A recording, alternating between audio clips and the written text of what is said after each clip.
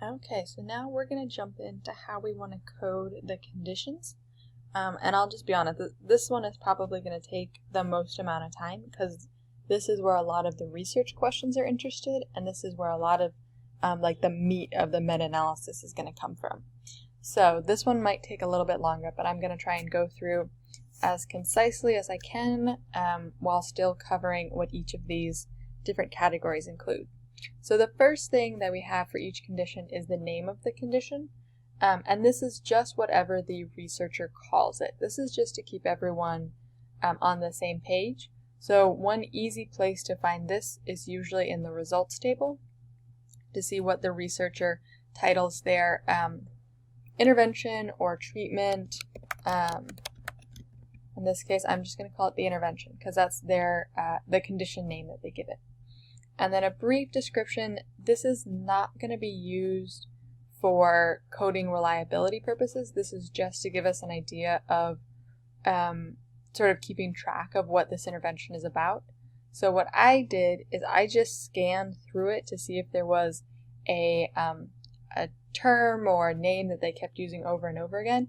And in Bryant's study, she refers to it as an early numeracy intervention several times over. So that's just what I'm going to type there. This is just to give us sort of a mental clue as to what we're going to be looking at, especially once we go through, hundreds of these studies. It's nice to have just a quick reminder of, oh yeah, this is what that study's about. So now when I'm looking at the group size or the total number reported for just this condition, the intervention condition, I'm going to go back down to my demographics table because that's usually the easiest place to find things. So for this intervention group, there are 83 students. So I'm just going to put 83. Oops, I put that in the wrong box. Let me put it in the right box. 83 students in this intervention group. Now for the total number of sessions, this is going to be found usually in this method section, usually a little bit farther down. It will describe the intervention, exactly what it looks like. So I'm going to scroll down here. Here we're looking at measures. We're not there quite yet. Procedures is a good place. We're going to find a lot of information here. I'm going to go down a little bit farther. So I have description of the intervention. And I know in this study in particular, they do a really good job of including the total of everything that took place. So instructional delivery in this study tells me exactly how long the intervention was and how many sessions there were. So total number of sessions, you can see here it says there were 80 sessions total.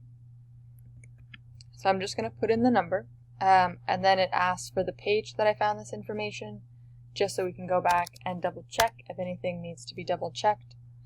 And then this is something that some studies may include, the average number of sessions per student.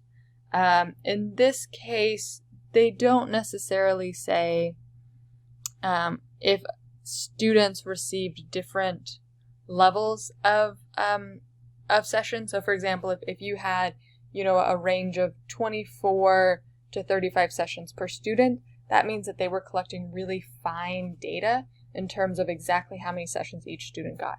In this study, they just provide an overview, which is fine. If ever a study doesn't report information, you can just put NR, which means not reported. So to me, that means I looked for it, I couldn't find it because it's not there. So then I'm looking at the total number of minutes, which again, they do a really lovely job of providing the total number. In this case, 2,400 minutes. So a pretty goodly amount of time the students worked on this. And then number of minutes per session, the average number of minutes per session. They do report here it's about 30 minutes per session. So I can put that in there. And I would just like to point out that the unit here is minutes. If for any reason you have an intervention that goes on for several hours, please do convert that to minutes. You can see I'm not putting any sort of measurement here. I'm not putting minutes. I'm just putting the numbers because that'll make it easier when we're putting these into meta-analysis models. So please make sure that whatever information you have does align with the expectations of that coding criteria. So again, just to check and make sure we're all aligned and getting the right information from the right source, I'm going to put in my page number where I found that information, which again is page 111 from the manuscript itself. Remember, we're going to stick with these numbers. And now the condition content. So this is where it gets kind of fun, because sometimes they won't come out and just say it from the beginning. Some studies do. Some studies you have to do a little bit of investigation. So there's a couple different places where you can find the content. Sometimes it will be within the intervention description itself in the method section. So here, this is a chart with different content that the intervention includes, and this includes whole number content, ordering, comparing, place value. I know this is early numeracy. If you weren't familiar with that, what you can do is you can always go back up into the introduction, and a lot of times the introduction will provide that sort of general overview or general introduction to the intervention. So here it comes out and says, this is a Tier 2 intensive whole number early numeracy intervention. So that tells me right there that it is a early numeracy intervention that they're really focused on. Now, as you get into some of the older studies, they might be focused on multiple contents. So in that case, let's say this was early numeracy, I don't know, and let's see, and maybe life skills, so maybe they're working on money or time as well. I would put as many content areas as they covered. In this case, they're just focused on early numeracy, so I'm just going to put that 2. But remember, you can always list multiple contents here. And then I'm going to include where I found that information. Since I'm pulling it from here, from the introduction, I'm going to go ahead and cite that page 101. 101. Okay, now looking at the language of the intervention. This is going to be really key for those studies that are focused on English language learners.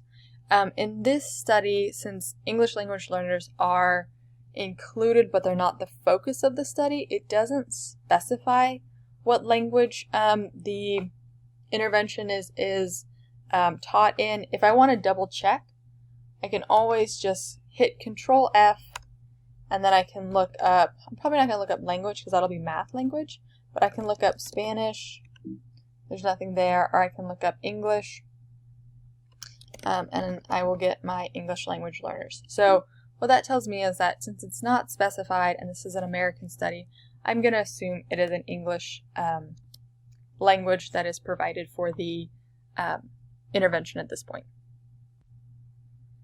Sorry, I had to pause that for a sec. Now I'm going to look at the number of activities per session, and what I'm really looking for here is I'm going back to the method section and I'm looking for a description of the intervention that tells me how many components the lesson includes each time. So this is, again, our measures. We're not worried about that yet. Looking through the procedures, this is how they assess the students. We're not worried about that just yet. Description of the intervention. This is going to be a great place where you're going to find a lot of this information about what goes into the intervention, what sort of are the key components. So when I went through and read through this section, what I found out was that each instructional day included 2 scripted lessons, each 10 minutes each, and each lesson included a warm-up, preview, engage prior knowledge, lesson piece, I guess. It included interactive modeling, it included guided practice, and it included independent practice. So that tells me that there's 1, 2, 3, 4, 5 activities per session. Now I'm just going to make sure that I include where I found that information. This is on page 109. And now I'm going to look at explicit instruction. Do they describe that in detail as being part of this intervention? So now the tricky part of looking at explicit instruction is a lot of studies will say they include explicit instruction, but they may not actually describe the components of explicit instruction explicitly. So we're lucky in this study that they do talk kind of in depth about their use of explicit instruction, but it's not down here in the description of the intervention. The intervention does include that, or the description of the intervention does include information that the lessons were taught explicitly, but they don't go into great detail. So instead, I had to go back into the introduction, which is sometimes where you find this more in-depth description of the interventions, especially if there's specific components or theory or sort of pedagogical, I didn't say that one right, pedagogy, I was going to say pedagogy, that the intervention relies on. So I found here in the introduction, they do have a paragraph that talks about instructional design features, and it does talk it pretty much in depth about their definition of explicit systematic instruction, and we can see that it does include the modeling piece, so I can say, yes, it includes modeling. I'm going to include the page number. If anyone else wanted to find this, it's on page 103. It talks specifically that they do include guided practice, and you want to make sure that you actually see those words, guided practice, when they're talking about their explicit instruction. Because it's interesting. Explicit instruction can really mean different things to different people. Here's our independent practice, and so we need to make sure that they're including explicit instruction sort of as it was meant to be implemented. And then does it include feedback to students? You can see it does include immediate corrective feedback. That's part of their design features. And then does it include students in student engagement in discussion or discourse? And it does include here student verbalizations, and they do include more information down below that specifies that student verbalizations include opportunities for students to engage in the math discussion, math vocabulary. So I'm going to put a 1 for that. Now for fluency practice, it says when we go back that it does include math facts as part of their warm-up. So I'm going to go back down. Sorry for all the scrolling. But we don't get a whole lot more information than just that.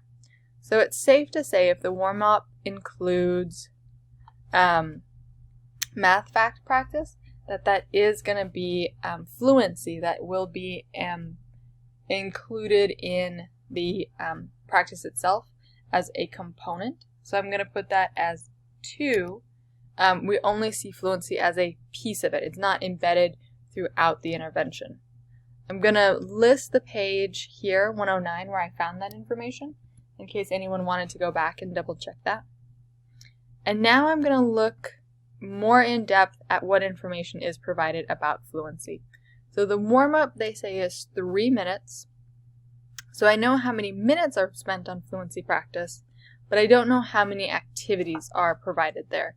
It doesn't say how many math facts I have to practice.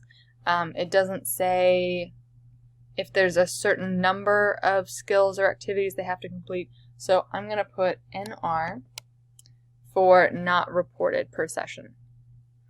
And then again, if I'm looking for here, if it's timed or untimed, frankly, it doesn't say. And something that I'm going to do to just double check and make sure that it's not somewhere else in the article, even though I've read through it, so it shouldn't be, is I look for fluency just as a search term. And when I see fluency, it's just here talking about procedural fluency. So nowhere else do we learn any more about the fluency practices. So here, my 0 is going to be for not reported. And then fluency activities, they say math facts, but they don't report if the math facts are in a game. They don't know if it's a cover, copy, compare, flashcards. I don't really know what kind they are, so I'm just going to put a 0 for not reported. Okay, so now we're going to move to looking at math vocabulary. And what I wanted to do is I wanted to scroll up to show you guys sort of a non-example, and then I'll show you an example of when it specifically says that they teach math vocabulary. So in the original instructional design features back in the introduction, it says here they incorporated explicit systematic instruction, multiple representations, mathematical language, student verbalizations, and teacher questioning into the intervention. So that by itself, even though it mentions math language, is not enough to get it a 1 in this coding category. It specifically has to say that math vocab was taught. So even if it says these are examples of words, or math language was a component, all that means is it could just mean that the teacher is using math language. Instead, we need to make sure that it is explicitly taught to the students. So the cool thing is because Dr. Bryant is a smarty pants, down here it says key vocabulary terms are determined for most interventions and are explicitly taught. So right there, they can't make it more clear for us. We can give them a 1 because that vocab is explicitly taught to students. And then looking for a page number, this is on 104. Just in case if anyone wanted to go back to look for more descriptions about that. So now looking here for the hands-on manipulatives, they provide concrete examples of multiple representations, including base 10 models, number lines. Those are manipulatives they use here, and then again, when they talk more in depth about the lessons themselves, they include materials such as number lines, 100 charts, concretes, and manipulatives. It's really key that they actually specify what manipulatives they are using. So I'm going to give that a 1, and I'm going to say this is on page 110. And now looking at virtual manipulatives, this is a younger intervention. I've read through it, and I can promise there's no virtual manipulatives, but I can always go back and I can check using the find button. Just looking for virtual, and none pop up. So I know this is just hands-on manipulatives only. For graphic organizers, this is another one that they probably use in this intervention, but they don't describe it. And if they don't clearly come out and say we use graphic organizers, then we can't, give them the point for it. So when I type in graphic, all that comes up when I search is demographics. And so I've looked through, and they don't describe using graphic organizers in any way. So since it's not included, I just am going to put an NR here for the page number. And now we're going to go back and we're going to look at the concrete representational abstract sequence. That's also known as multiple representations. And so in this study, like we saw up above, they refer to the multiple representations as a core component of this intervention, and they specifically say that they include concrete, pictorial, and symbolic or abstract models that the students are included. So in order to get the point for this category, it's important that students need to be including all of these steps, including the pictorial step in the middle, sort of going through this sequence, instead of just throwing out there that they use manipulatives. That's different from using the CRA or multiple representations as a sequence. And then for a page number, I'm here on 104. And now going through, a lot of the rest of these are pretty easy to search for using the search button at the top. I recommend going through and reading through the article first to see if you read anything about word problems or cognitive strategies like we're going to get up to. But I read through this article. It has to do with a lot of younger students. They're not really into word problem solving yet, but I'm just going to double check, look up word. The only thing they have is the keywords. So I know there's no word problem schemas. There's no word problem attack strategies. Sorry, this is not reported because that's the page number. There's no word problem attack strategies because I've already gone through and looked for those, and I just use my find button to double check. For cognitive strategies, when I went through, they do mention in the description of the intervention in that table, let me scroll down to it, that they teach cognitive strategies for developing counting. So you can see here it is a strategy that is taught and included, cognitive strategies for types of problems. So they include here, so looking at my options, do they include the cognitive strategy, a checklist, a component, a paraphrase, or another strategy? So they do include the explicit steps or cognitive strategy. Now I'm going to put a comma there and double check and make sure that they don't have anything else in terms of cognitive or metacognitive strategies. So I'm going to search here for the specific terms that are provided. They don't have a checklist. I'm going to look up paraphrasing. But in general, when you're looking up cognitive strategies, you're looking up steps that the students are provided with to solve problems explicitly. In this case, we just have the counting strategies that are provided to them.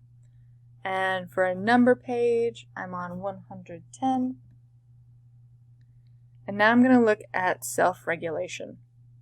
So self-regulation is very, I think, straightforward. You're looking at if there's tools or strategies that are provided for the student to self-regulate their own behavior.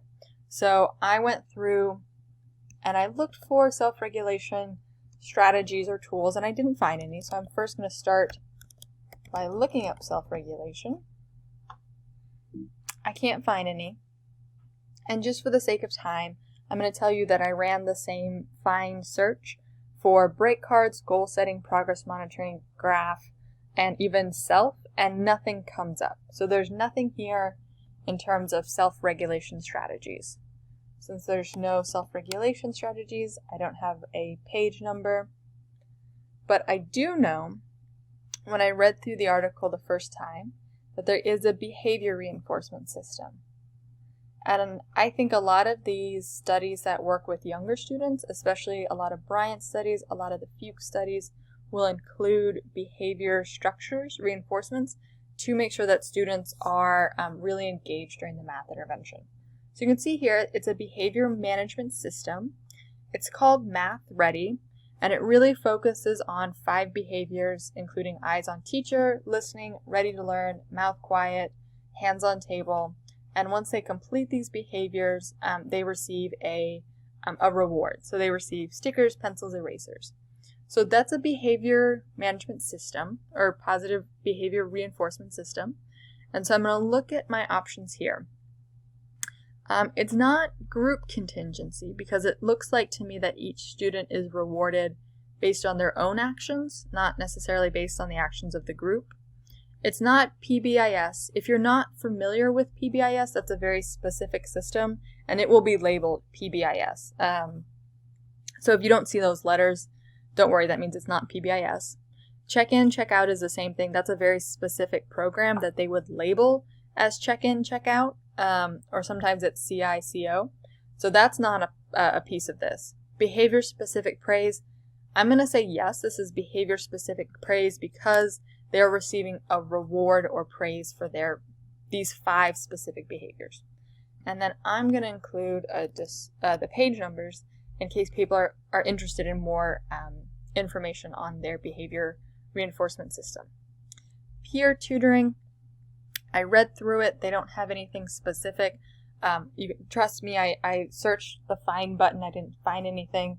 So I'm going to say no for that one. Not reported for page number. Formative assessments, same thing. I looked through it, and what you're looking for is you can look through I'll just go ahead and pull it up, for either a formative assessment, and you can see here the only term formative comes up at the very bottom, or some sort of progress monitoring. And I got really excited when I typed in progress monitoring to begin with, because it does come up in this article when I spell it right. Progress monitor.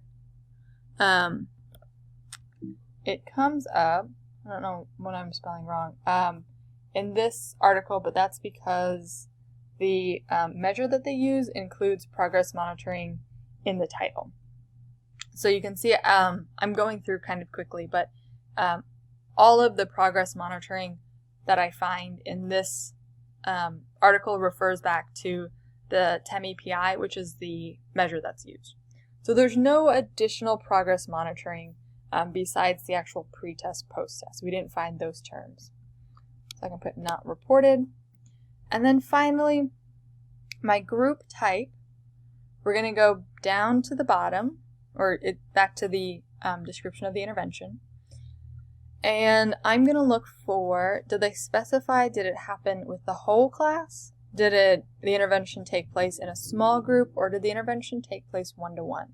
And for this first category, I'm just going to use whatever definition they provide. So if they say small group and then there's 10 kids in that small group, I'll be like, okay, that's not really a small group in my mind. But if they say small group, I'll put small group.